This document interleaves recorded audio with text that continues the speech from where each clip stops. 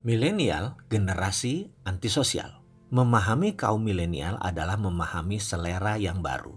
Penting untuk kita memahami generasi milenial karena saat ini mereka merupakan calon orang kaya baru. Dan di tahun ke depan hingga tahun 2030, merekalah orang yang kaya tersebut. Internet, media sosial, dan digital apps memberi milenial berbagai keunggulan yang tidak dimiliki generasi sebelumnya. Seperti akses informasi dan pengetahuan yang begitu luas, kemampuan analitik yang mumpuni, kecepatan berpikir tak tersaingi, dan kemampuan kerja multitasking yang tak tertandingi. Namun semua keunggulan itu bukan tanpa biaya.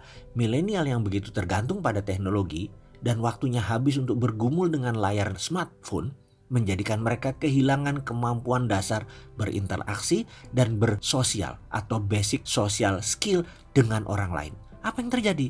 Milenial jadi antisosial. Social skill yang sepele saja seperti berjabat tangan, sopan santun kepada orang yang lebih tua, berbahasa basi saat mulai percakapan, bertata krama, memainkan gesture dan body language, memainkan ekspresi muka, memainkan intonasi pengucapan, menyapa orang lain, menyela pembicaraan, menciptakan first impression, hingga berpakaian dan manners di tempat kerja. Mereka hampir tidak memiliki.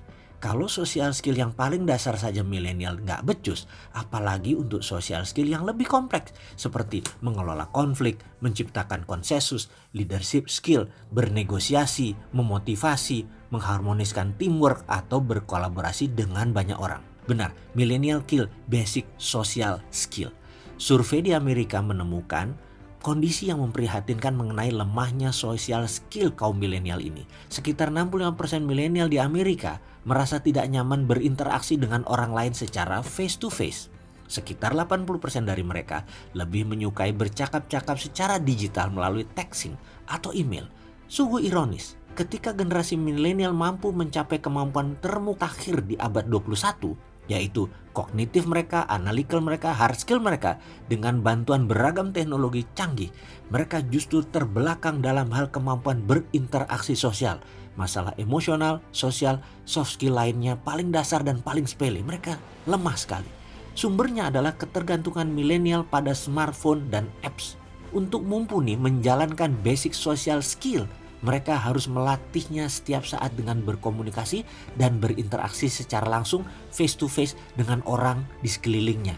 Ini harus kita lakukan demi milenial kita yang tangguh. Milenial adalah generasi yang dibesarkan oleh Facebook dan berbagai apps. Sejak kecil komunikasi dan interaksi mereka lebih banyak dilakukan melalui smartphone.